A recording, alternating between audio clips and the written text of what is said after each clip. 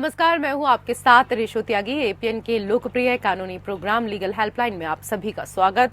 इसमें हमारे कानूनी विशेषज्ञ रोजमर्रा की जिंदगी की समस्याओं से जुड़े कानूनी मसलों पर आपकी शंकाओं का समाधान करते हैं। आप भी इस प्रोग्राम से जुड़ सकते हैं और फोन करके कानूनी राय ले सकते हैं। आज हम ईडी की शक्तियों के बारे में आपको बताएंगे। देश में इस समय ईडी द्वारा मारे जा रहे छापे और उसके राजनीतिक दुरुपयोग की चर्चा खूब हो रही है। विपक्ष का आरोप है कि सरकार जांच एजेंसियों का इस्तेमाल अपने राजनीतिक विरोधियों को परेशान करने के लिए कर रही है। ऐसे में जानना जरूरी है कि आखिर ईडी का क्या कुछ काम है, इसकी शक्तियां क्या हैं और इसकी स्थापना क्यों की गई। आज हम इसी विषय पर आपको जानकारी देंगे। हमारे आज के कानूनी विशेषज्ञ हैं परमानंद पांडे जी। सर, बहुत स्वागत है आपका। तो परमानंद पांडे जी, आपको आज ईडी की शक्तियों के बारे में बताएंगे। अगर आपका इससे जुड़ा हुआ कोई भी सवाल है तो आप फोन कर सकते हैं, राय ले सकते हैं। फोन लाइंस खुल चुकी हैं। 2 नंबर आपकी टीवी स्क्रीन पर है, 0120612793 012061279338। दोनों में से किसी भी नंबर पर आप डायल करें ईडी से जुड़ी कानूनी जानकारी के लिए।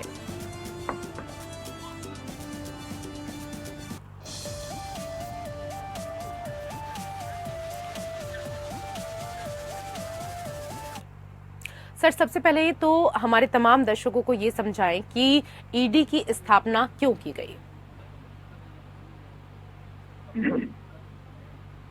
रेशु जी, आपने अपनी भूमिका में जी ये बहुत अच्छे ढंग से बता दिया कि आजकल काफी चर्चा में है ईडी और सीबीआई भी है उसमें। जी तो ईडी क्यों चर्चा में है, इसका मुख्य कारण यह है कि ईडी, हिंदी में इसको इन्फोर्समेंट डायरेक्टरेट जो अंग्रेजी शब्द है, इसको कहते हैं प्रवर्तन निदेशालय।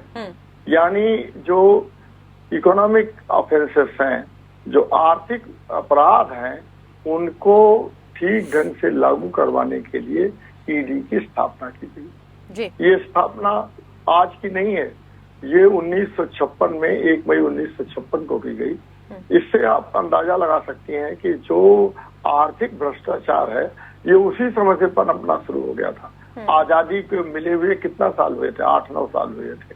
और 8-9 साल के भीतर ही ये देखने में आया कि आर्थिक रूप से अपराध शुरू हो गया था। और कौन करने वाले थे?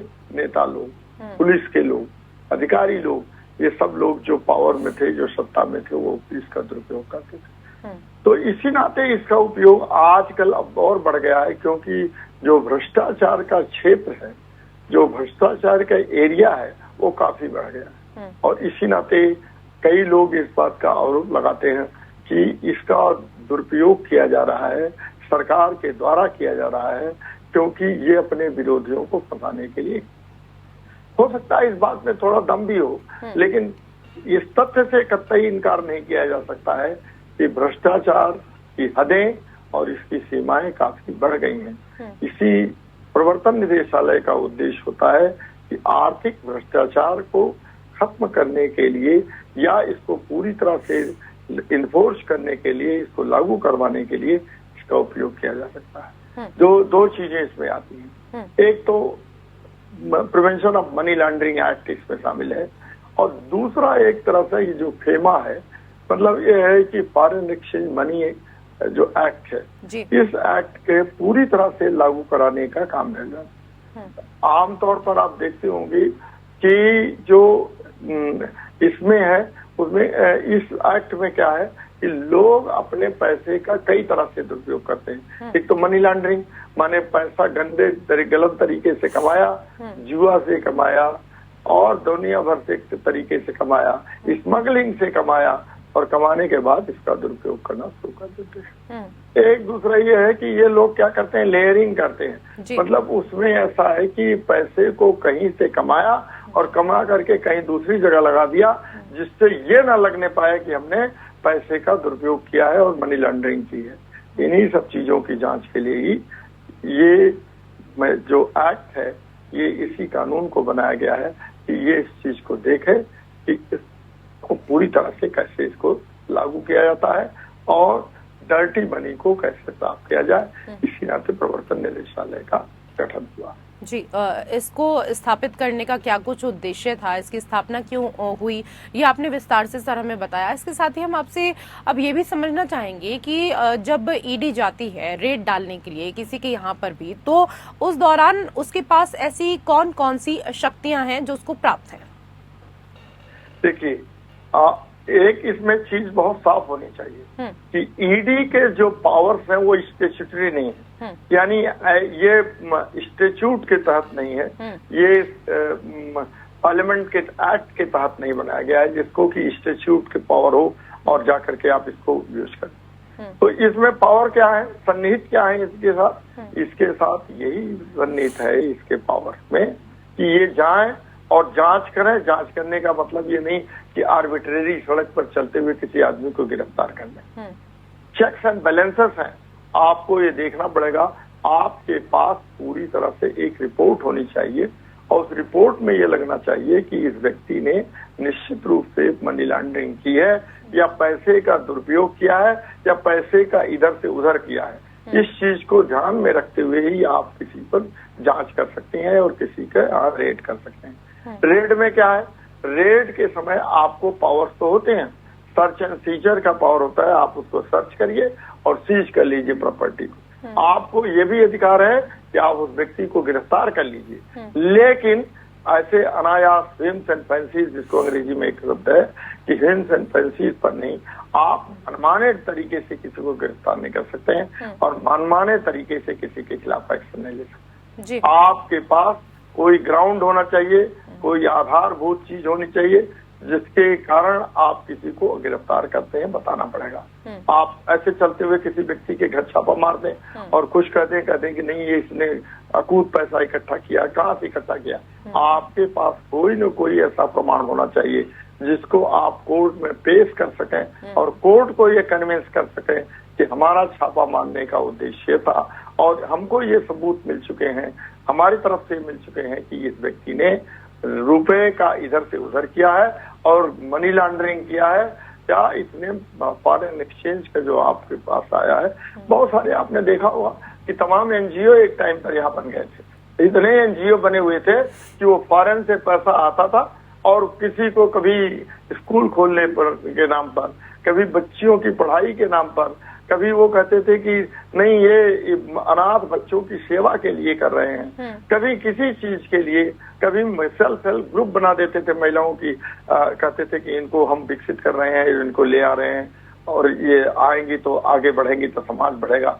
इस नाते ये फॉरेन से पैसा आता था और फॉरेन से इनके नाम पर पैसा लेते थे, लेकिन उसका उपयोग कहीं दूसरे कार्य में करते थे।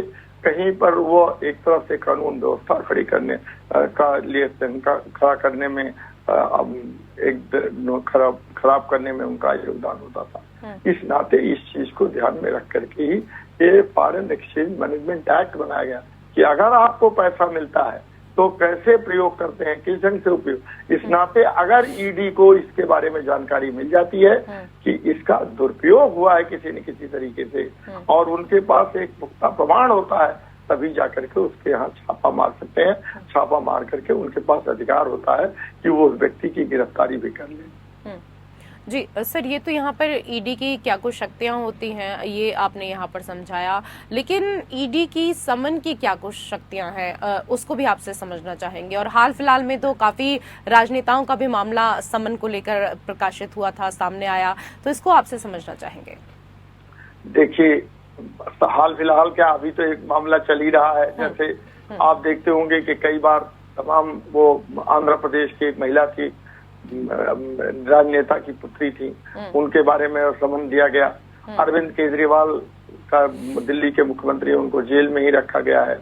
हेमंत सोरेन जो है वो मुख्यमंत्री के रूप में थे और उनके पास ईडी को समन गया और ईडी ने उनको समन करने के बाद उनको गिरफ्तार भी कर लिया और गिरफ्तार करने के बाद वो जेल में भी रहे, फिर अब तो छूट पर जमानत पर चले आए। तो ये हाल फिलहाल एक भी घटनाएं नहीं हुई। ये चिदम्बरम का आपको केस मालूम होगा, चिदम्बरम कई महीने तक वो जेल में रहे। वो इस चीज के उनके खिलाफ मिला, ईडी को कुछ प्रमाण मिला, उसके आधार पर उनकी गिरफ्तारी हुई और फिर अभी भी मुकदमा उनका चल रहा है। आपने देखा होगा कि ईडी में कैसे फॉरेन एक्सचेंज का दुरुपयोग हुआ, मनी लॉन्ड्रिंग हुई, विजय माल्या ने कैसे किया है, ये उन्होंने उनके खिलाफ जानकारी हुई और पता चला तो जाकर के उनके गिरफ्तारी के लिए, जब तक गिरफ्तारी हो सके तब तक वो विदेश भाग गए। वो मोदी, एक मोदी जो थे, वो मोदी के खिलाफ एक ढंग का पता चला और वो विदेश भाग गए। अब तो वो कहते हैं कि हम उस देश से जाकर के दूसरे देश में जाकर के नागरिकता लेंगे। तो ऐसा है कि ये भागने वाले जो लोग हैं, ये भगोड़े प्रवृत्ति के जो लोग हैं, निश्चित तौर पर कहीं न कहीं कुछ दाल में काला है। और कई बार तो कई लोग कहते हैं कि पूरी दाल ही काली है, दाल में काला नहीं है। ऐसा स्थिति बना दिया है इन लोगों ने कि सारा पैसा गलत ढंग से कमाया है और कमाने के बाद उसका दुरुपयोग करते रहे हैं। तो ये स्थिति रही है। तो ईडी के पास अभी नेशनल हेराल्ड केस है जिसमें राहुल गांधी और सोनिया गांधी का भी उनको जमानत पर है। इस मामले में भी ईडी ने जांच किया और ईडी को जांच करने के बाद कुछ तो प्रमाण मिले, तो जब कोर्ट ने उनको जमानत तो दे दिया है, लेकिन वो मुकदमा अभी भी चल रहा है और उस मुकदमे से उनको एक तरह से उसमें उनका देखना पड़ेगा, उसको झेलना पड़ेगा। बहुत सारे ऐसे मामले आते हैं कि जिसमें या एक अभी के हाल के फिलहाल के मामले आए हैं तो जिसमें ये आरोप लगा दिया जाता है कि सरकार का दुरुपयोग करे। वास्तविकता यह है कि सरकार के फाइनेंस मिनिस्ट्री के अंतर्गत होते हैं, काम करते हैं, लेकिन ऐसे किसी के खिलाफ आरोप लगा करके और आप उसको गिरफ्तार नहीं कर सकते हैं। कुछ न कुछ उसके सामने प्रमाण होना चाहिए। अगर नहीं प्रमाण होगा तो कोर्ट जो है तुरंत उसको बाहर कर देगा। और सुप्रीम कोर्ट ने तो अभी इस चीज को कहा है, 2024 में ही कहा है कि आपके पास जब तक कोई पुख्ता सबूत न हो तब तक आप किसी व्यक्ति को गिरफ्तार न करें, क्योंकि ऐसा करने से उस व्यक्ति की मर्यादा, उस व्यक्ति की प्रतिष्ठा दोनों दांव पर लग जाती है।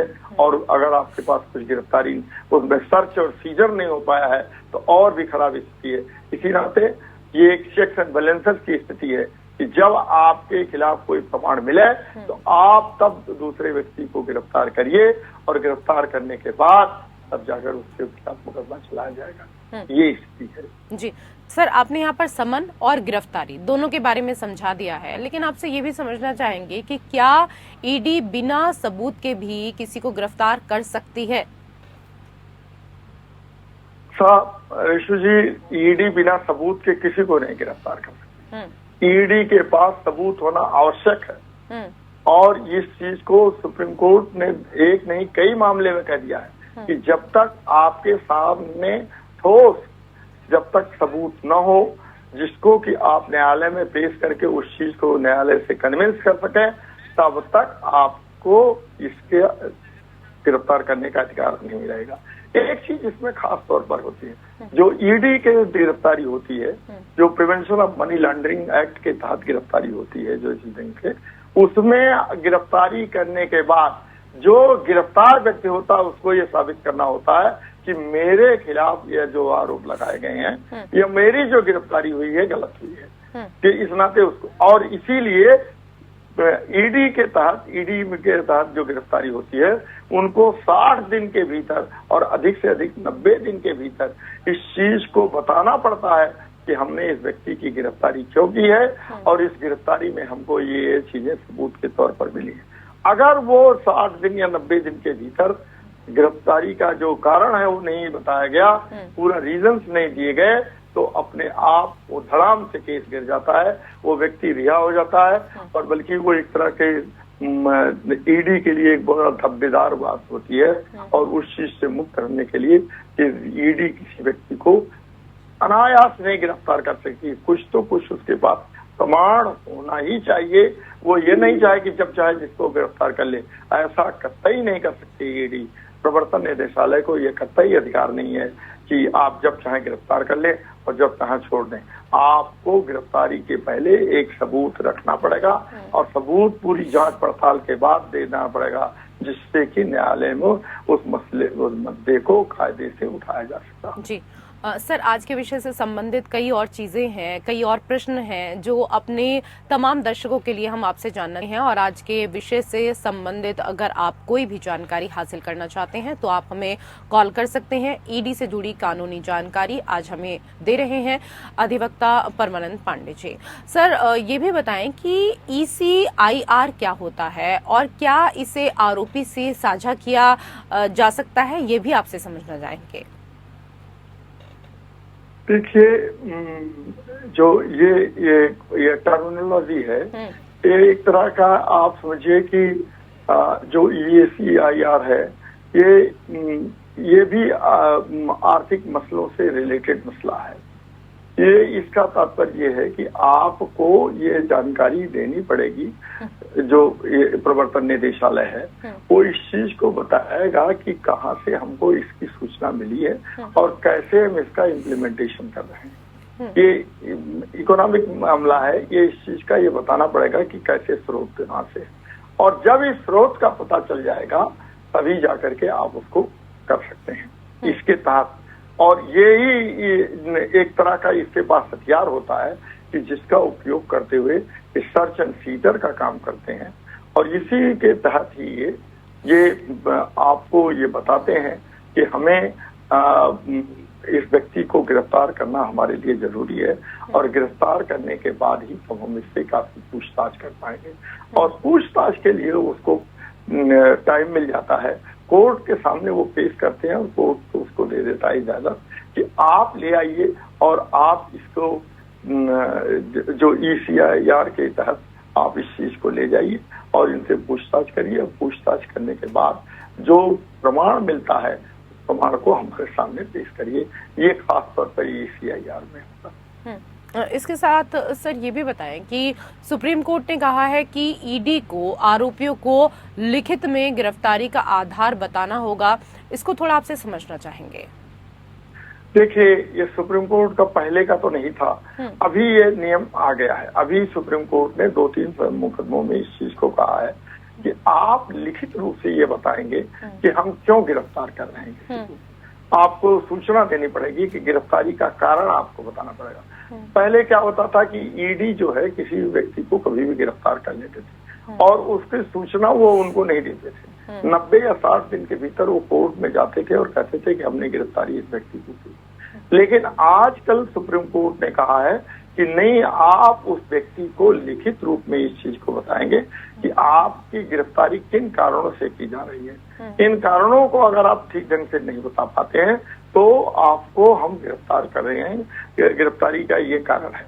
और अगर नहीं, मान लीजिए जैसे अरविंद केजरीवाल के मसले में या जैसे मनीष सिसोदिया के मसले में आप देखिए, उसमें ईडी को ये साफ साफ बताना पड़ा कि जो लीकर स्कैम हुआ है, ये शराब का जो घोटाला हुआ है, उस घोटाले के तहत आप कोई सेटिस्फैक्ट्री आंसर हमको नहीं दे पाए और न इसका कोई पता बता पाए हैं कि क्यों किया है आपने, तो और क्यों ऐसा हुआ है। अगर नहीं दे पा रहे हैं तो ये एक कारण है जिसको हम लिखित रूप से आपको दे रहे हैं, और आप इसका प्रमाण बाद में साबित करिएगा कि आप बताइए कि हमको क्यों नहीं गिरफ्तार किया जाना चाहिए। कोर्ट में इस चीज को साबित करिए और फिर आप बेल के लिए बिल अप्लाई करिए। Section 17 of the PMLA act के तहत आप इस चीज को अप्लाई करिए और आप बताइए कि हमको हमारे खिलाफ गिरफ्तारी हमको हमारी नहीं होनी चाहिए थी। तो अगर वो नहीं बता पाते हैं तो ईडी उनको गिरफ्तार करता है, और ईडी को ये बताना पड़ेगा, ये साफ साफ बताना पड़ेगा कि हम आपकी गिरफ्तारी अगर कर रहे हैं तो इन कारणों से कर रहे हैं, क्योंकि आपने इन कारणों का कोई सेटिस्फैक्ट्री, कोई संतोषजनक उत्तर नहीं दिया है हमको। अगर संतोषजनक उत्तर नहीं देंगे तो हम आपकी गिरफ्तारी करें। जैसे आपको लेटेस्ट आपने मामला अभी बताया था, कहा था कि बहुत चर्चा में है इस चीज और लेकर के बहुत सारे उठा। कई बार ऐसा होता है कि ईडी 1 नहीं 2, 3, 4, 5, 6 बार समन भेजता है और समन भेजने के बाद उनसे एक्सप्लेनेशन मांगते हैं, और जब समन भेजने के बाद उसका वो स्पष्टीकरण नहीं दे पाते हैं तो ईडी उनकी गिरफ्तारी करता है। और इसी नाते कहते हैं कि आपको हम समन भेज रहे हैं तो आप हमको एक्सप्लेन करिए, और हम राइटिंग में आपको दे रहे हैं, लिखित रूप में आपको दे रहे हैं कि आपके खिलाफ ये आरोप हमको मिले हैं और इस आरोप का आप पूर्णतया संतोषजनक उत्तर दीजिए। और संतोषजनक उत्तर आप नहीं दे रहे हैं, समन भेजते रहिए। कई बार ऐसे राजनेता लोग कहते हैं कि हम आरोप लगा करके और बच जाएंगे, कहेंगे समन का हम कोई परवाह ही नहीं करते। इस नाते समन भेजने के बाद वो ईडी पूरी तरह से एक लिखित रूप में उनको कारण बताएगा कि हम आपकी इन कारणों से गिरफ्तारी कर रहे हैं, फिर वो मामला कोर्ट में जाता है। ठीक है सर। सर ये भी समझना चाहेंगे, हालांकि आप बड़े विस्तार से पहले भी बता चुके हैं, लेकिन संपत्ति जब्ती कब की जा सकती है और ईडी की इस संदर्भ में क्या कुछ शक्तियां हैं, वो भी आपसे थोड़ा समझना चाहेंगे। देखिए, ईडी को 2-3 तरह की शक्तियां मिली हुई हैं। जैसे मेन चीज तो ये है कि जैसे सर्च एंड सीजर, जैसे रेड करते हैं जब आप, तो रेड के दौरान कई चीजों को सर्च करते हैं। सर्च करने के दौरान कुछ ऐसी चीजें मिल जाती है उनको जिनका कि प्रयोग होता है। कहते हैं कि देखिए सर्च में ऐसे कई बार तो सर्च करते समय एक जगह से 100 करोड़ रुपए मिले हैं नकदी के, और उसका कोई एक्सप्लेनेशन नहीं मिला। अभी आपने देखा होगा कि एक जगह से इटावा के एक चित्र व्यापारी के यहाँ से 200 कुछ करोड़ रुपए उसके पास मिले। अब उसके पास कोई एक्सप्लेनेशन नहीं है कि 200-250 करोड़ रुपया आप कहाँ से ले आए, और अगर ले आए हैं तो कहाँ से इसका उपयोग करने जा रहे हैं। जब इन सारी चीजों का नहीं प्रमाण दे पाते हैं तो ईडी उस व्यक्ति को गिरफ्तार करता है। सर्च तो करता है, सर्च के बाद सीजर कर लेता है। सीजर माने उसको जब्त कर लेता है। उसको जब्ती का भी पावर होता है कि अब आप किए, फिर उसके बाद पेनल्टी का भी पावर होता है, और फिर पेनल्टी के बाद वो ये कहते हैं कि अगर हमने आपका पेनल्टी कर दिया है और अगर आपने इतना नहीं किया है, आपने इस ढंग की गलती किया है, तो आप एरियर्स हैं और उस एरियर की भी प्राप्त करने के लिए आपके खिलाफ ये कार्रवाई की जा रही है। ये सारी चीजें, इसी नाते ईडी को ये पर्याप्त पावर है, इसमें बहुत अधिक पावर है कि वो उस चीज की व्यक्ति की गिरफ्तारी करें, उस व्यक्ति के खिलाफ सर्च करें, सर्च माने उसकी जांच करें, और जांच के बाद जो कुछ मिले, आपत्तिजनक चीज ऐसी मिले तो उसको वो सीज कर लें, उसको अपने गिरफ्तारी रख लें, जब्त कर लें। ये 3-4 चीजें ईडी को पुलिस से अधिक पावर है। इसी नाते कहा जाता है कि ईडी का खौफ लोगों में ज्यादा होता है, और कहते हैं कि इनको गिरफ्तार भी करते हैं और हमारे चीजें जो पकड़ी गई हैं उनको ले आना पड़ेगा। तो कई बार इनको इनकम टैक्स से और इन सब लोगों से ज्यादा अधिकार प्राप्त होता है, और इस चीज का उपयोग ये करते हैं अपने, कहते हैं हम, केस को सॉल्व करने के लिए। जो इकोनॉमिक ऑफेंसेस हैं, जो आर्थिक अपराध हैं, उनको पूरी तरह से हम जांच करते हैं और उसको सॉल्व करने की कोशिश करते हैं। जी सर, यहाँ पर आपने फाइन, इसके साथ ही पेनल्टी और एरियर्स वसूलने की जो शक्तियां हैं उसके बारे में भी हमारे तमाम दर्शकों को जानकारी दे दी है। इसके साथ ही आपसे ये भी समझना चाहेंगे कि ईडी की गिरफ्तारी और बेल के प्रावधान क्या कुछ होते हैं, वो भी हमारे दर्शकों को समझाएं। देखिए, मैंने रेशु जी एक बार पहले कही थी कि ईडी की गिरफ्तारी जब अगर एक बार हो जाती है तो ईडी को ये कोर्ट में जो गिरफ्तार व्यक्ति होता है उसको प्रूव करना पड़ता है कि हम निर्दोष हैं, और ईडी बताता है कि देखिए हमारे पास प्रथम दृष्टया हमारे पास प्रमाण था, इस नाते हम इस व्यक्ति को गिरफ्तार किए। और अब जो व्यक्ति गिरफ्तार हो गया है सेक्शन 17 पीएमएलए एक्ट के तहत, ईडी के एक्ट के तहत, उसको कोर्ट में जा करके बताना पड़ता है कि हमारी गिरफ्तारी गलत हुई है, हमारे खिलाफ कोई प्रमाण नहीं है, और उस प्रमाण को अगर वो कोर्ट के में न्यायालय में इस चीज को साबित कर जाता है कि नहीं, वो ईडी ने पूरी तरह से गलत तरीके से इसको गिरफ्तार किया है, तो कोर्ट उसको वहीं पर जमानत दे देता है। अगर कोर्ट को ये कन्विंस नहीं पाया, संतुष्ट नहीं हो पाया, तो उस व्यक्ति को जमानत नहीं मिलती है। कई बार ऐसा भी होता है कि कुछ ऐसी स्थितियां आ जाती हैं, उसमें एक अंतरिम बेल, हालांकि कुछ इसका प्रावधान है नहीं, लेकिन कोर्ट इस चीज को कहता है कि नहीं, हम कई चीजों पर अंकुश लगाते हुए इस व्यक्ति को अंतरिम बेल दे देते हैं, जमानत दे देते हैं, जिससे ये बाद में साबित करेगा कि देखिए हम निर्दोष हैं और पूर्णतया निर्दोष हैं, हमारे खिलाफ ईडी ने जानबूझ करके किन्हीं कारणों से ये कदम उठाया है, और इस कदम को हम चुनौती देते हैं, और निश्चित तौर पर हम कोर्ट को पूरी तरह से संतुष्ट करेंगे कि ये हमारे खिलाफ जो आरोप लगाए गए हैं वो गलत हैं। इस नाते ये आपको ये देखना पड़ता है कि ईडी अगर गिरफ्तार करता है तो उसके सामने कोई थोड़ा प्रमाण होना चाहिए, कन्विंसिंग प्रमाण होना चाहिए। और अगर कोई व्यक्ति बेल लेता है सेक्शन 17 के अंतर्गत तो उस बेल के तहत उसको ये साबित करना होता है कि मेरे खिलाफ जो आरोप लगाए गए हैं वो पूरी तरह से गलत है, मैं निर्दोष हूँ और इसके आरोप में कोई दम नहीं। बड़े विस्तार से सर आपने हमारे तमाम दर्शकों को आज ईडी से जुड़ी कानूनी जानकारी दी है, इसके लिए आपका बहुत बहुत धन्यवाद। और इसी के साथ हमारे विशेष कार्यक्रम लीगल हेल्पलाइन में मेरे साथ इतना ही। नमस्कार।